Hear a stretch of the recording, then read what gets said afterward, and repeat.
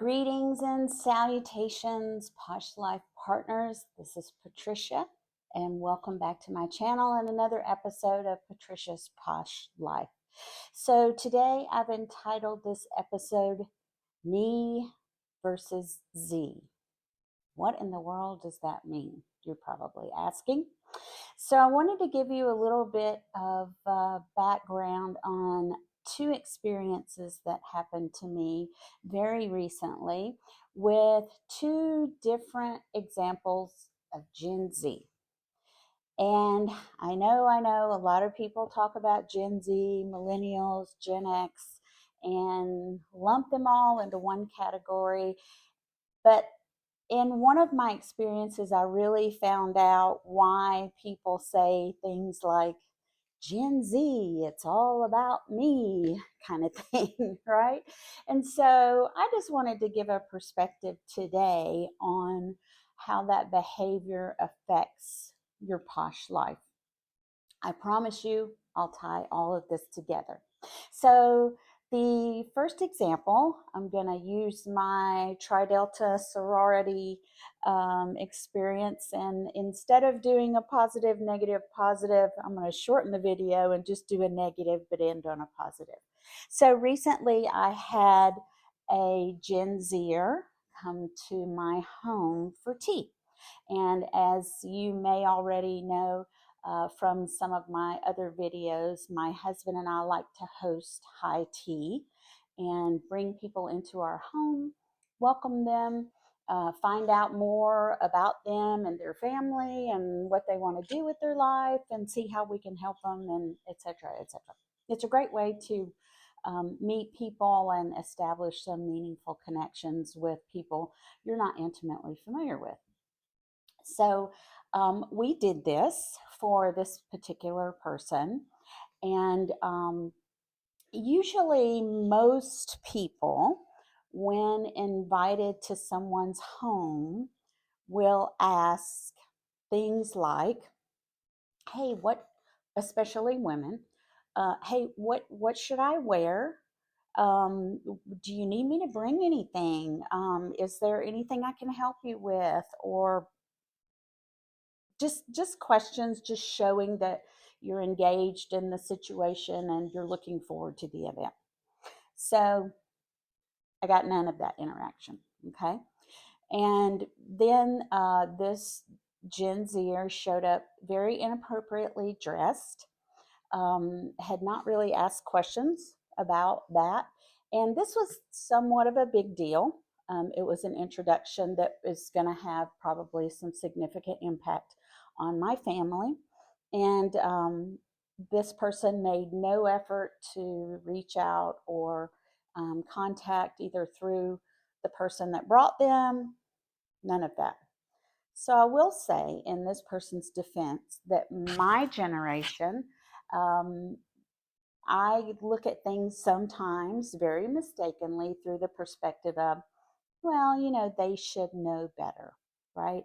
And that's actually one reason I started this channel, is to get some information out there to younger folks who are not used to being in social situations where there are baby boomers or older people around who expect a certain level of behavior. So bad on me, right? So I try to overlook as much as I can.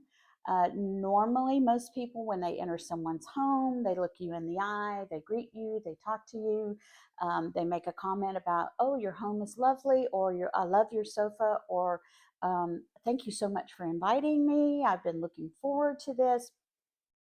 Nothing, right? Nothing.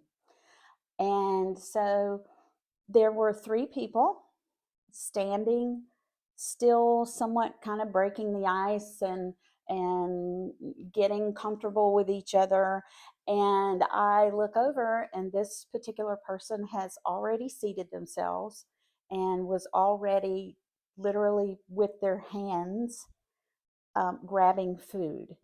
And this has been the second time that this has happened to me when I have invited people that I did not know intimately to my home for a tea.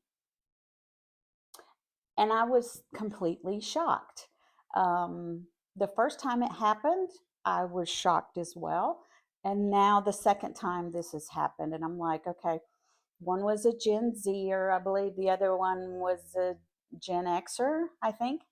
And so I'm like, okay, what is happening that people are not aware of? Number one, hygiene, and number two, just social graces and manners, right? So we go on with the meal and we sit down, and I'm trying to engage this person and find out about them and what they want to do with their life. And about three-fourths of the way through the tea, this person literally takes out their phone while I'm in mid sentence and puts it literally like this. I was so shocked. I just stopped talking and tried to recover myself as best I could. And it was just very disconcerting to see the level of discourtesy, the lack of knowledge about common social etiquette, decency, respect. And as this person left my home, um, there was no thank you. We appreciate all the trouble you went to, because this was an important event to us, and we really wanted to get to know this person.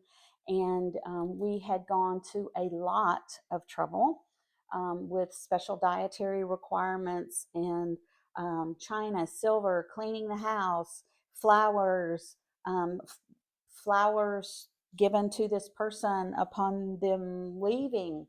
And it was just like, if we weren't talking about me type of attitude, then nothing mattered. There was no attempt to engage anyone at the table. And as long as the conversation centered on this person, they seemed to be happy. And then when it focused on someone else, they pulled out their phone. Very shocking, very, very shocking. So let me shift the dark clouds a bit and go to a much happier example, which is this past week I was at a business conference with my company, and we had an intern and a young man, I will say that, and he's definitely a Gen Zer, and he was absolutely fabulous. Just anytime he had some downtime at the office from other projects he was working on, he would reach out to me. He would reach out to other people. Hey, I've got an hour, 30 minutes. What is there anything I can help you with? And, I really appreciate you teaching me about this or that or the other thing, because he really did not know anything about our industry. And just such a sweet young man. And I was talking to someone at this business dinner we were having as part of our conference, and the lady beside me said, "Well, you probably don't know this, but when his internship was over, he actually sent handwritten notes to several people within the company, thanking them for the opportunity, telling them how much he appreciated." Um, People taking their time to show him the ropes, and just being patient with him being young and not knowing anything about the industry, and giving him the chance and the opportunity to learn from people who had more experience and basically a little bit older than him, quite frankly. And um, and he joined us for our business conference, and even though his internship was over, and it was the last time that probably most of us were going to see him. And when he left, people literally were hugging him and telling him that they loved him, and it was so great to get to know him and how much we were going to miss him.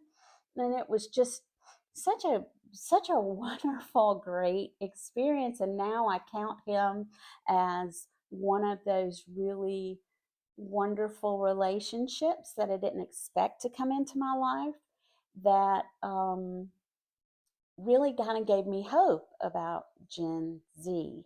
So, a few comments about Gen Z.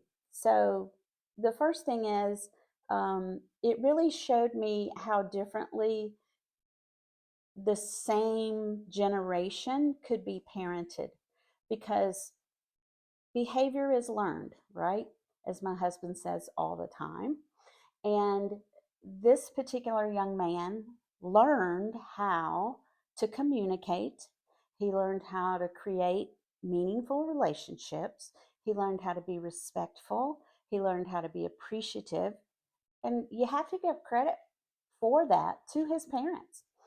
I was actually sitting across from him at our dinner, and he reached into his pocket and pulled out his cell phone. And I thought, oh boy, here we go again.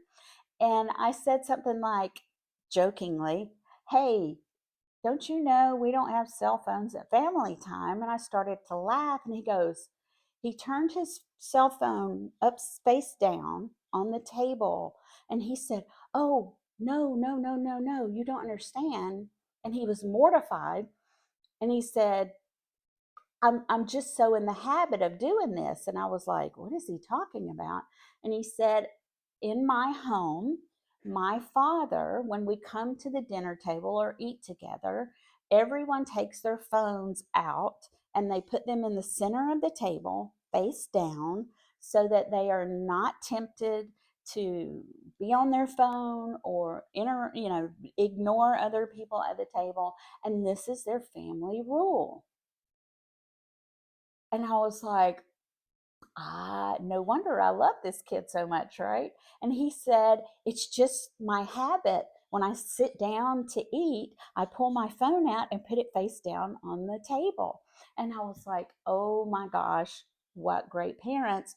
Now I understand why this kid is so wonderful versus someone else who comes into what I believe, and I think what most people believe is, your home is very private and very personal, and it's your, sanctum sanctorum, as my husband and I like to say it. It's a personal thing when someone comes to your home, and to have someone be so disrespectful of the advantage and the opportunity and the honor that it is for anyone to be brought into your home as a guest is it was shocking to me because I really have not had anyone come into my home and behave that way before. And so it just shows you the difference in the parenting styles. So what does all of this have to do with the posh life? As I said, when I first started this channel, the posh life to me is not about luxury hotels or, fancy china or designer purses or any of that material stuff. To me, the posh life is really enjoying life and creating memorable experiences for you, your friends, your family, your business acquaintances. Um, can you imagine the negative example that I gave if that behavior was displayed in a business meeting or in a client dinner where you're talking to a client, trying to find out, hey, how can we provide services for you? And the client is sitting there basically pouring out their heart and telling you what their heartburn is and what keeps them awake at night. And, if they don't make this a success, they're going to lose their job and it'll ruin their life. And you pull out your phone and do this. So, Gen Z, just a little tip. The first rule in etiquette is if you don't know what to do, watch your host. So I would just share with my Gen Zers out there who maybe haven't had a lot of social experiences in the business world or in situations where you've got, you know, 12 forks and 6 spoons and china and silver and flowers. Relax. Watch your host. Follow what they do. If you do what your host does, you can never go wrong and you'll always be fine. The second rule is that remember that etiquette is not just this dry, dusty thing that comes out of the 1950s and it's outdated and nobody cares about it and it's just only for your grandmother when you take her to tea at some fancy hotel downtown somewhere. Etiquette is really a way to help people socially to connect with each other, to give kind of a level playing field so that everybody expects and understands the proper way to behave with each other. And that keeps the environment more comfortable for everyone involved. In my negative example, I will have to tell you that was one of the most awkward, uncomfortable, miserable situations I've been in a long, long time. Um, we ran out of questions. This person just didn't want to engage unless the questions were directed about themselves. And that's, you're cheating yourself when you behave that way. You're cheating yourself of the opportunity of really getting close to someone who, number one, might be able to help you with your social life or your business life, or to help you achieve your dreams and your heart's desire. People who are older and have more experience and have more connections, you're cheating yourself. So, Gen Zs, put the phones down, read a little bit. There's plenty of resources. Read a little bit about how to behave in a situation. And if you get into a situation, do what your host does. It's pretty easy. And always wrap it up with gratitude and appreciation. I was one of the lucky people who got a handwritten note from the young man who was the intern at our company. I did not go to near the amount of trouble for him that I went to for this other person. And not only have I not gotten a note, I've not gotten a text or a phone call or an acknowledgement or even on the way out the door, a thank you or any expression of appreciation. And it really makes you feel sad inside that there was a lost opportunity. So, Gen Z, maybe not make it all about me, right? Lift your head up a little bit, look around, see what opportunities are out there. There's plenty of people who want to help you if you'll just put down your phones and talk to us and learn how to interact. We are a great generation, tail end baby boomers, who can help you to create your own posh life. And we, in turn, enjoy helping you, which gives us our posh life. Because at our stage in the game, that's what we're all about, is legacy and helping and kind of leaving our mark on the world. So thank you for letting me rant today. And if you have any questions or comments, I love to hear them. Please leave them below. And if you would be so gracious, if you would like this video, I would certainly be very appreciative. And please subscribe to my channel. I would love to hear your stories about your experiences with other generations, or etiquette or fashion or social or business, and how to really make your life a posh life. So this is Patricia signing out. Take care, posh partners, and I'll catch you next time.